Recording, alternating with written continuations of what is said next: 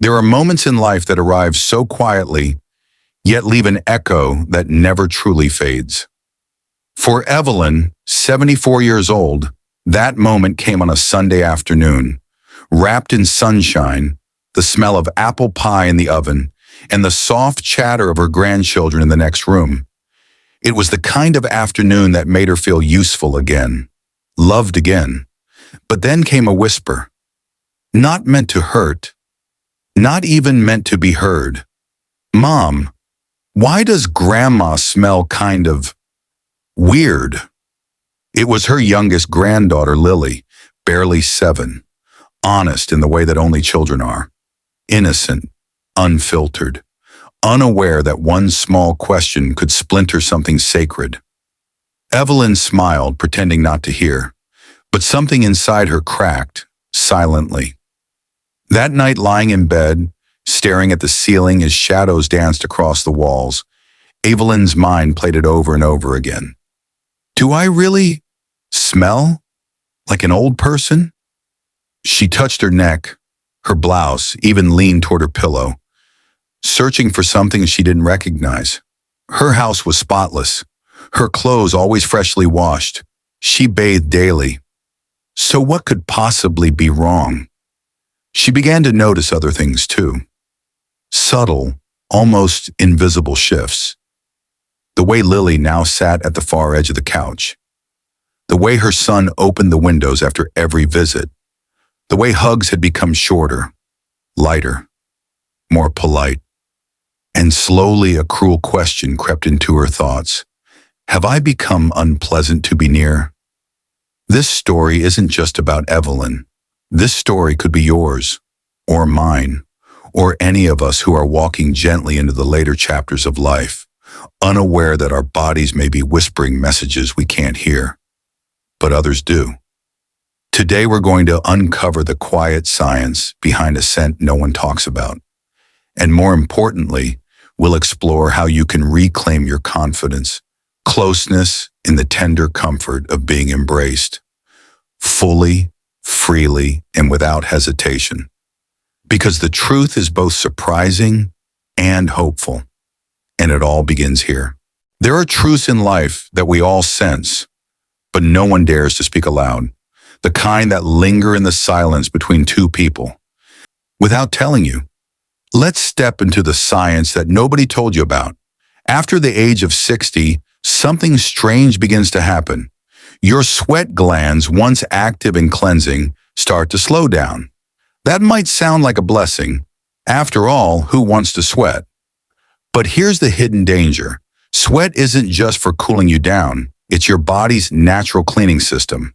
It helps flush out waste, toxins, and microscopic irritants from your skin.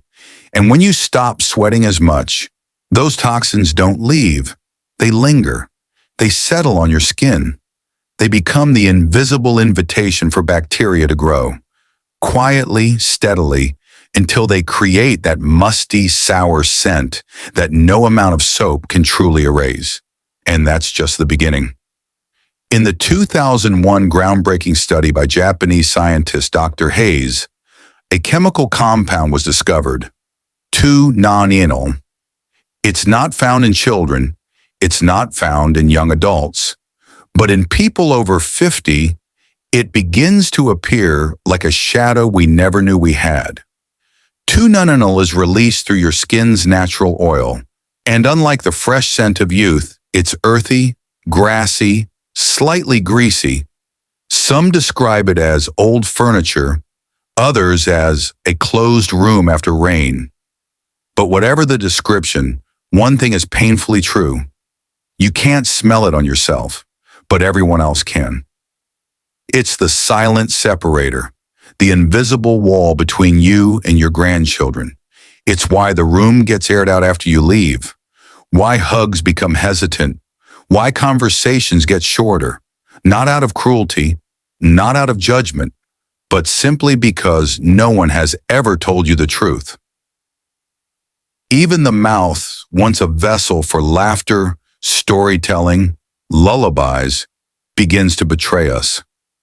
Saliva production drops by nearly 50% after age 60, Without saliva to cleanse, our mouths become a breeding ground for bacteria, the kind that produce volatile sulfur compounds, invisible gases with a smell that whispers distance, even when our words say, "Come closer."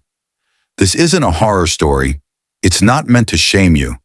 It's meant to awaken something powerful inside you. Awareness. Because once you understand what's really happening, biologically, quietly, invisibly, you can take back control. Not with perfume, not with hiding, but with knowledge, habit, and gentle action. Evelyn didn't know any of this. She simply felt a shift. But now perhaps you do. And knowing is where it all begins. In the next part, we'll journey deeper into the places on our own bodies that we forget to care for, and how those forgotten corners may be carrying the sense we never meant to share. Are you ready? Once you begin to notice, you can't unnotice. Evelyn stood in her bathroom one morning, a soft towel in hand, and for the first time in decades, she looked at her own body not just as something to clean, but as something to listen to. She had always bathed daily. Soap, shampoo, lotion, fresh clothes. Yet something wasn't right. Something had gone unnoticed. But now, with new awareness in her heart, she asked herself a question most never think to ask. What if I've been cleaning, but not completely? Here's what science and life teach us. It's not how often you clean. It's where you clean. As we age, our bodies change shape. Skin softens. It folds gently. New creases appear where smoothness once lived. Behind the ears, under the arms, beneath the breasts, around the groin, behind the knees, inside the elbows. These hidden folds become tiny sanctuaries for sweat, oil, dead skin, and bacteria. Places that your soap may never fully reach. Places we forget until someone backs away during a hug. One of my patients, Susan, 66, once said to me, "Dr. Henry, I showered every day, but I never thought to really clean behind my ears or under my chest. I just assumed the water would take care of it." But water alone isn't enough. These hidden zones need your attention, your care, not with harsh scrubbing, but with gentle intention. Use a soft washcloth, warm, not hot water, a mild soap. Let your hands find the places you've forgotten, not as a chore, but as a ritual of love for the body that has carried you this far. And don't forget your hair, not just your head, but your scalp. Hair traps, oil, sweat, skin cells. But many people shampoo without really massaging their scalp. They run fingers through the strands, but they forget the skin beneath. Tom, 62, told me once after a simple change, "You told me to really scrub my scalp. I did, just 30 seconds longer." And my wife said for the first time in years, "Your head smells like sunshine." That's all it took. And then there are the feet, often hidden, often ignored. Your feet have more sweat glands than any other part of your body, trapped in socks, in shoes, in shadows. They become the perfect playground for bacteria and odor. John, 68, laughed when he shared this. "My feet were so bad, my daughter-in-law opened every window when I visited.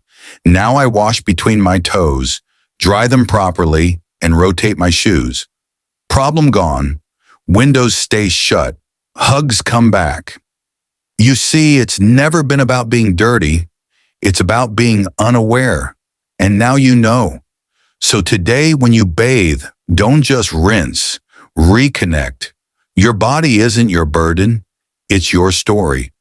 And every part of it, every hidden fold, every forgotten place deserves your kindness. In the next part, we'll look beyond the body into the quiet habits of daily life that restore not just how you smell, but how you feel. Because the truth is, change doesn't require struggle. It just requires consistency and care. Shall we keep going? Not all changes begin with thunder. Some begin with a glass of warm water, a quiet walk, a softer shower. You don't need expensive lotions. You don't need a doctor's prescription. You don't need to chase after youth like it's running away from you. You just need to return, gently, to yourself. Evelyn began that return with a single glass of warm water. It felt simple, too simple even. But her doctor had explained that warm water in the morning isn't just about hydration. It's about awakening the inner rivers of your body. Warm water, especially before breakfast, helps your kidneys flush out toxins before they settle into your skin. It's like opening a window in your body, letting the old air out, letting something lighter in. 2 weeks later, her granddaughter hugged her tightly and whispered, "Grandma, you smell like spring." That one sentence meant everything. And then came the walk. Not a power walk, not a jog, just a gentle, mindful 20 minutes under the morning sun. Evelyn used to say, "I'm too old to exercise." But she wasn't too old to feel the breeze on her face. She wasn't too old to listen to birdsong or to feel her body soften with every step. Walking helps the body release light sweat. It opens the pores. It lifts the mood. And sunshine? Sunshine doesn't just brighten the world. It kills bacteria on the skin and wakes up joy in the soul. Fred, 75, once told me, "After 1 week of morning walks, my wife didn't just say I smell better. She said I laughed more." And lastly, there was the shower. Evelyn used to love long, hot showers, the kind that filled the bathroom with steam. But hot water, while comforting, was quietly damaging her skin. It dried her, irritated her, trapped odor instead of releasing it. So she changed, just a little. Lukewarm water, shorter showers, gentler soap, and afterward, always drying her body fully, especially the folds. She turned the act of bathing into something sacred again, a way to honor her body, a moment of silence between her and her skin. And slowly, things began to shift. She felt fresher, cleaner, more herself. These 3 habits, so small, began to whisper to the world around her. "I care, I'm here, I still matter." And the world listened. You don't need to do everything at once, just start. A glass of warm water, a walk beneath the trees, a shower that's not too hot and not too rushed. Because every small act of care adds up to something far more powerful than perfume. It adds up to presence. In the next chapter, we'll step deeper into something even more intimate. The food you eat, the breath you share, the way your body speaks without words, and how, with the gentlest of shifts, you can smell like sunlight, feel like youth, and live with closeness once more. Shall we? There's an old saying, "You are what you eat." But as Evelyn would soon discover, that truth goes deeper. Because as we age, what we eat doesn't just shape how we look or feel. It shapes how we smell. It becomes the quiet scent on our skin, the trace in our breath, the invisible signature we carry into every room. Evelyn never thought much about food beyond nourishment. She believed in balance, meat, rice, vegetables. But one day her doctor smiled gently and asked, "What if you could eat in a way that made you feel and smell fresh again?" That question stayed with her. You see, as we grow older, our bodies face a natural process called oxidation. It's like rust on a garden gate, gentle, inevitable, and silent. It affects our cells, slows down detox, and contributes to the old smell we never talk about. But nature, in her quiet wisdom, gave us an answer. Antioxidants, found in simple, beautiful foods, apples, tomatoes, blueberries, brown rice, whole oats, buckwheat. They don't just feed you, they cleanse you from the inside out. Paul, 79, once shared his transformation. "I started eating 1 apple and 1 tomato every day. 2 months later, my granddaughter said, 'Grandpa, you smell like sunshine.' I cried in the kitchen. What a miracle to smell like something your loved ones want to hold close. And then there was garlic. Yes, garlic. Most people think garlic makes you smell worse. But cooked, softened, and digested, it becomes nature's antibiotic. It cleanses the gut, kills odor-causing bacteria, and leaves behind not a stench, but a kind of inner clarity. Just 1 or 2 cloves a day, chopped into a soup, roasted with vegetables, can change everything. Evelyn also added hydrating fruits to her meals: cucumber, watermelon, pear. These water-rich foods flushed her body like a stream running clean again. No longer did toxins linger in her pores. They left gently through her kidneys. Her skin grew softer, her breath lighter, and something else returned too: confidence. But just as some foods bring light, others cast shadows. Coffee, alcohol, fried foods, processed sugar, they dehydrate, they slow digestion, they trap waste inside your body and release it through your skin. And when they build up, they whisper things you never meant to say, like, keep your distance. So Evelyn shifted, not all at once, not perfectly, just consciously. And that small shift was all it took. Food is not just fuel, it's fragrance, it's chemistry, it's memory. And you can choose what memory your body leaves behind. In the next part, we'll move closer into the heart of intimacy itself: your voice, your breath, the way you speak and smile and lean in, and why, without realizing it, your mouth may be sending signals your heart never intended. Shall we take that next step? There's a kind of closeness that doesn't come from hugs or kisses, but from breath. The soft whisper you share with a grandchild, the gentle story told across a quiet table, the laughter that escapes you without permission. Your breath is a bridge. It carries your voice in your presence.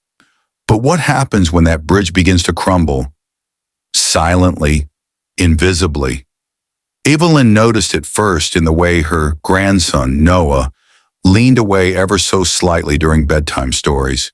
She noticed it in the way people turned their heads, how conversations grew shorter, how even her warmest smiles weren't returned with the same ease. It wasn't harsh, it wasn't cruel, it was quiet, like a fog that slowly wrapped itself around her without warning. She brushed her teeth every day, used minty mouthwash, kept candies in her purse. So why, she wondered, did she feel so far away from those she loved most? Here's the truth no one tells you. After the age of 60, your mouth begins to dry. Not from thirst, but from time. Your body produces nearly 50% less saliva than it used to. And saliva isn't just moisture, it's protection. It washes away bacteria, it neutralizes acids, it keeps your breath from turning into something sharp, sour, unwanted. Without enough saliva, your mouth becomes a garden for odor-producing bacteria. And those tiny microbes, they say things your heart never meant to. Linda, 73, once whispered through tears, "I never knew it was my breath. I thought they just didn't want to talk to me anymore. I stopped telling stories because no one seemed to want to listen." But it wasn't her stories. It wasn't her. It was her mouth's way of asking for help. So what can you do? It begins with 3 simple acts of care. 1. Brush 3 times a day. Morning, afternoon, and night. Not rushed. Use a soft toothbrush. Focus on the back of your tongue, the gum line, where bacteria love to hide. 2. Scrape your tongue. Yes, your tongue. That soft pink bed holds nearly 90% of the bacteria in your mouth. A gentle metal tongue scraper each morning can shift your entire day. Freshness begins there. 3. Chew sugar-free gum with xylitol. Just 10 minutes after meals. It's not for sweetness, it's for moisture, for waking up your mouth, for bringing back balance subtly and surely. Evelyn did it, and slowly she noticed her stories became longer again, her laughter louder. Her grandson leaned in closer, not because she changed who she was, but because she cared for the quiet places that carried her voice. You see, breath is more than air. It's emotion, it's memory, it's the scent of love or distance. And now you hold the power to choose which one it becomes. In the next part, we'll look outward again, into your environment, your clothes, your bedding, your shoes, your space. Because sometimes the scent we carry isn't from within, but from the world we live in. Shall we continue? Evelyn had done everything right. She cared for her body. She changed the way she bathed. She drank warm water. She even learned to love garlic. And yet, something still lingered. A faint scent. Unwelcome. Untraceable. Her son didn't say anything, but he always cracked a window before leaving. Her daughter-in-law lit a candle after every visit. It wasn't until one quiet morning, changing her sheets, that Evelyn realized, sometimes the smell isn't coming from you, but from around you. We spend nearly a third of our lives in bed, 7, 8, sometimes 9 hours a night, resting, dreaming, releasing warmth, oil, and skin cells into our pillows and sheets. Over time, those soft fabrics become a gentle trap. They absorb your body's stories, both the sweet ones and the sour ones. Linda, 75, once confessed, "I used to wash my sheets once a month. Then my daughter told me my room smelled like dust and old memories. I cried. Then I washed them every week, and everything changed, even the way I slept." Wash your pillowcases and bed sheets once a week. If you can, hang them in the sun. Let the wind and sunlight kiss them clean. Nature is the best cleanser. And then, there are your clothes, especially the ones closest to your skin, underwear, socks, nightwear. Even if they don't look dirty, they absorb sweat, oils, and microscopic bacteria. Especially in winter, when we stay indoors, bundled, unaware.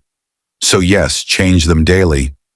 Even if you barely left the house, even if no one saw, even if you don't feel dirty, it's not about appearance, it's about presence.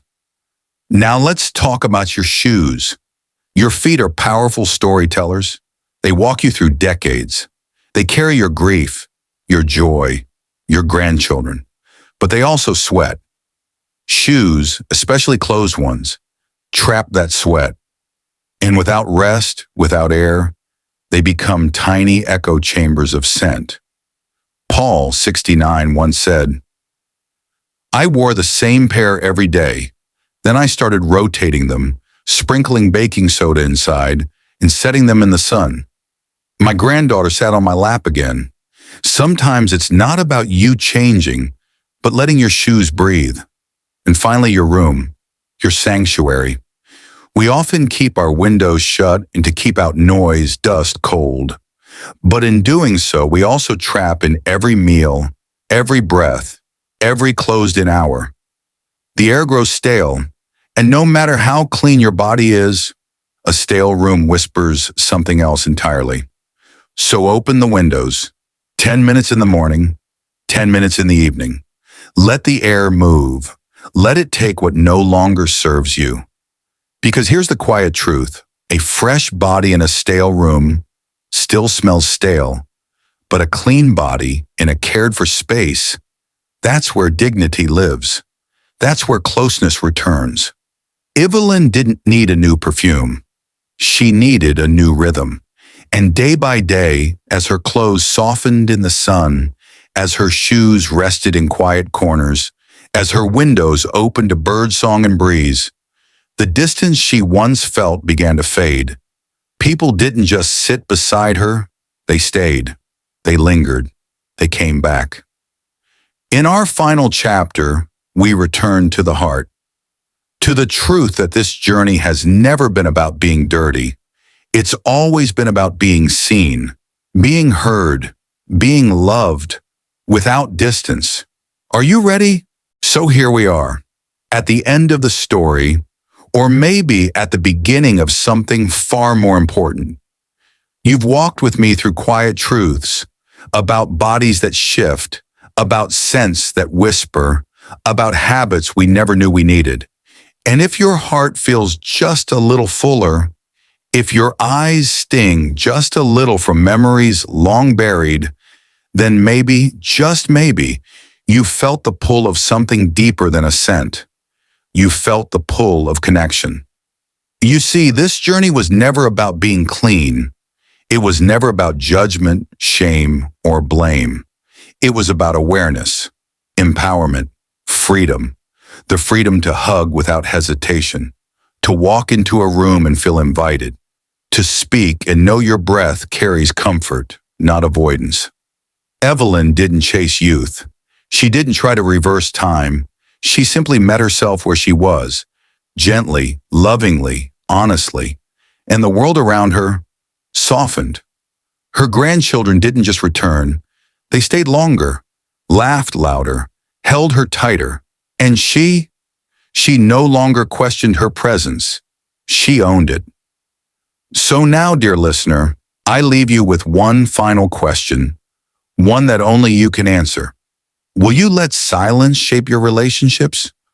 Or will you let knowledge set them free? Will you remain a mystery even to yourself? Or will you begin to rediscover every inch of who you are with kindness and curiosity? Because aging isn't the end of freshness. It's the beginning of wisdom, of power, of a kind of beauty no perfume can mimic. The scent of someone who knows their worth. You don't need to change overnight. You don't need to do everything perfectly. But if you've taken even one step on this path, a sip of warm water, a new way to wash, a story shared instead of hidden, then you've already begun. And that is enough. Thank you for listening. Thank you for caring. And above all, thank you for still choosing to grow. Until we meet again, may your presence always feel like an open window on a warm, clear morning.